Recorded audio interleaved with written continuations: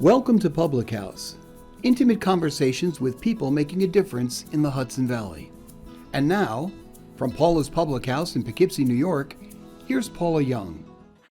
Hi everybody, I'm Paula Young. Welcome to this episode of Public House. I am beyond delighted that once again I was able to procure and convince our wonderful County Executive, Marcus Molinaro, to join us. Well, in fairness, there's not a lot of convincing when it comes to me and cameras, but you know, the joke is the most dangerous place in Dutchess County is between me and a microphone. Is that what they say? Yeah, okay, well, I think everything that comes out of your mouth almost is really good. Oh, well, thank you. Almost, yeah. Thank you for joining us. We are in the midst of it. Yeah, we are. We have a world that has come to a screeching halt due to COVID. And you are the County Executive of Dutchess, and we are doing pretty good here. Well, I mean, listen, we've had far too many people get sick. We've had 153 individuals in Dutchess County succumb to the disease. That isn't good. But I will tell you, the mission was to flatten the curve and slow the transmission. If that was the goal, we achieved that mission. Now, the goal, of course, now is to continue to be smart and considerate of one another. We don't want to have people get sick. And it's funny because, you know, the debate is about numbers. You know, well, the numbers go up, the numbers go down. These are human lives. We don't want people getting sick. If they don't need to be sick, they don't need to be in a hospital, certainly we don't want anyone dying. We don't want that to happen. So it's about being, I think, considerate as we move forward. But we are in the thick of it, still responding to a pandemic. Still dealing with real important civil and social issues, the midst of elections. I heard there's an asteroid pointed towards the planet. Apparently, yes. It's only 6 feet wide. Murder hornets. I mean, honestly, 2020 is the year that just won't give up. But in all seriousness, there's just a lot that we're confronting that we have to be very, I think, thoughtful and deliberate about. Well, 153 deaths, which is a tragedy, and yet in comparison to all of New York, it's very small. I know you lost your dad from COVID, which is very personal, and therefore you, I think, have a more specific understanding of what this really is about. I meet people who tell me, I don't know anybody who got sick. Yeah. I know dozens of people who've gotten sick and people who've passed away. The county health department, do they interface with you? Do they interface with the state and with the feds? How does that work? Explain. It's interesting. Like with a fire, right? When there's a fire, the local fire company shows up.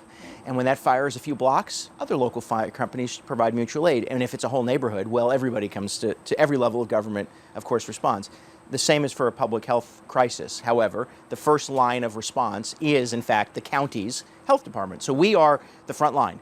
And so from February of this year to today, our staff at the health department is working 24 hours a day, 7 days a week. Everything from setting up the testing and monitoring the cases coming in, to working with hospitals, to set up for emergency response. It is a full operation. So when the president talks about response, when the governor makes a decision, they're obviously not the ones doing any of it. Right. It is, in fact, county health departments, 1,900 of them across America, that are on the front line responding every day.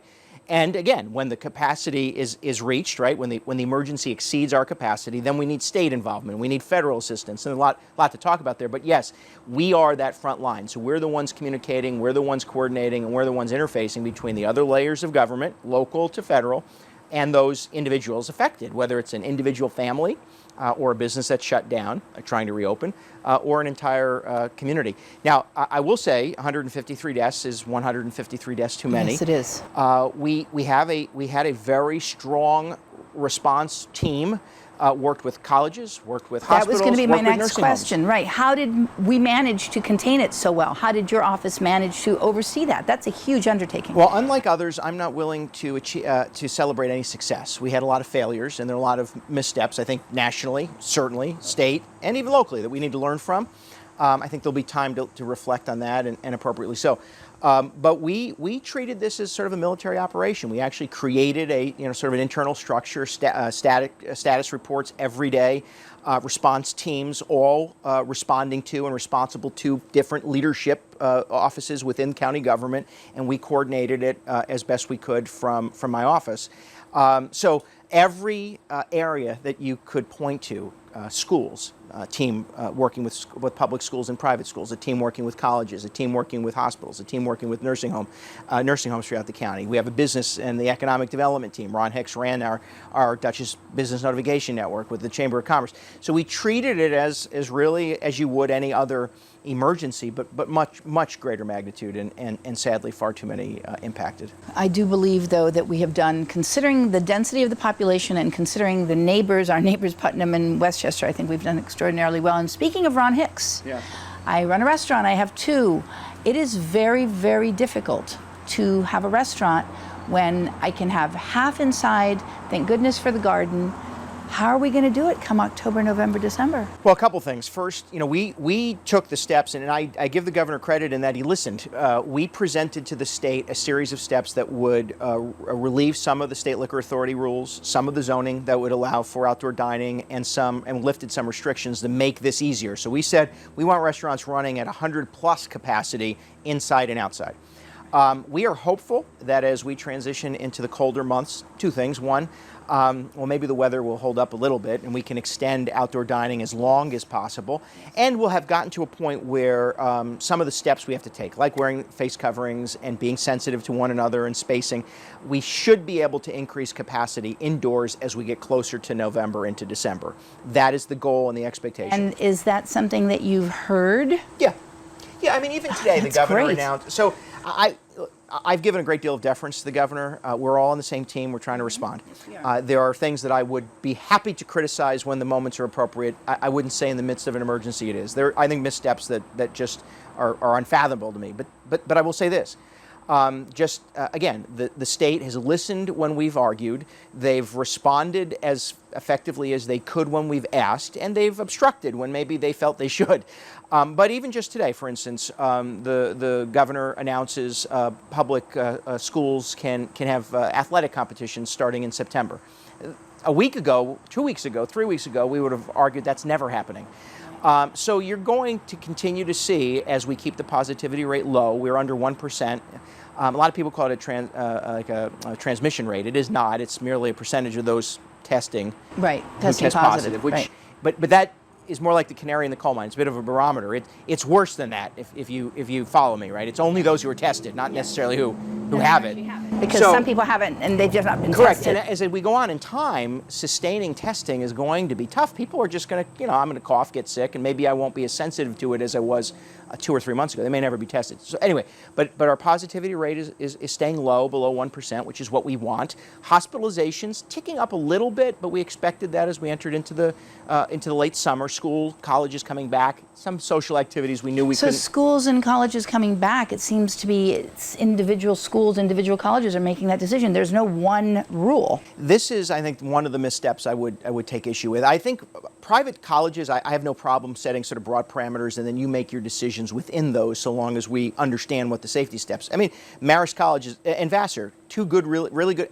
Every university in Dutchess has done a good job, but two good examples. Vassar is really an enclosure policy. You're on campus, that's it, you're not leaving. Marist said, we're going to give you a little leeway, but if you make a mistake, we're shutting it down. And Dr. Murray just announced, just yesterday, I think, 15 suspensions. I saw that. No fooling around. Those are the kind of steps you have to take to control it. Public schools, though, the state should have set one standard. I think it should have been a New York City, non-New York City standard. Like, what happens in the city has got to be different. Right. But instead allowed every district to come up with its own plan, and it created chaos and confusion and anxiety among everyone, from administration to students. That, I think, is a mistake and shouldn't be. That said, most districts in Dutchess have agreed to not starting in person for a period of time. Some are doing this hybrid model, with some coming to school. We've provided, we don't have jurisdiction, but the county health department has provided guidance to those districts. We're answering questions, and we just announced on Friday we've been able to procure for them priority access to rapid testing. These are all the things that I think are necessary, and we're helping, but it's a little bit too disjointed for I think, it's just not the right way to do it. But it is the way it's happening, and we're providing It's guidance like 52 card pickup or lots of puzzle pieces with no real picture to go with, and it's confusing. Okay, so now you're running a county. This is your last term. and you are trying to get things done. I know it. What are the next initiatives you've got that are not COVID related or that you're going to be able to accomplish despite of COVID? First, absent federal assistance, everything is COVID related. I mean, the truth of the matter is we were never financially stronger than we were going into this crisis. Right. And we'll weather it, but we've set ourselves back quite a bit as a government and as a community. So that's the reality. So moving forward, though, we're going to make smart decisions. We're investing in some infrastructure. You're going to see highway and road repair. We think that's important. Some park investments. As you may know, we announced finally reaching an agreement with the city of Poughkeepsie to move forward with the demolition of the old Y, and then ultimately the building of a youth opportunity center. And you've center. Actually committed $1 million. $25 million. $25 million. 25 million. And for those listening and watching, this isn't new. We've been talking about this for several years now. Mayor Ralston and I came to the agreement. It makes sense.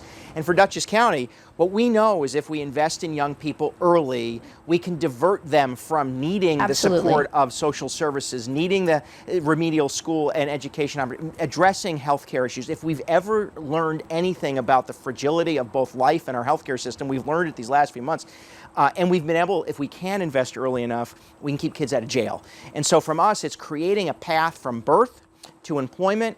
And this is countywide. This isn't like there may be some rec center benefits, and there will be those kinds of things. But from the county's perspective, this is centralizing the delivery of all of our youth-related services to truly make a difference in the life of young people. If everything that I have ever read is accurate, it's if you can take a child and keep him on the right path, you're never going to have a criminal. Well, true, but in the same respect, families need to not have to go through a labyrinth of services. Exactly. This will centralize that. Exactly. And listen, no matter how well we do this, government still functions in silos. We learn that. I mean, the federal government does one thing, the state does something else, and agencies within those layers of government function in silos. This will allow the integration of the full delivery of service. So we'll know if your kid was in one program and struggling, maybe it's another program that picks that child up and helps. If it's a family who's just merely trying to get access to tutoring or mentorship, it's rather than having them fend for themselves, we'll create this central hub of delivering service. So this model could also be applied to every public school.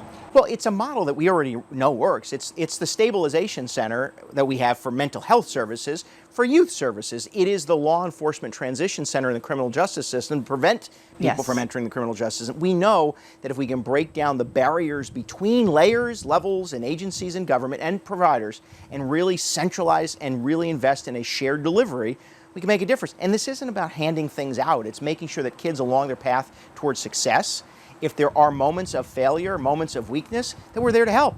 Absolutely. And I completely think this is the start of a beautiful friendship, as it were, you and that. Yeah.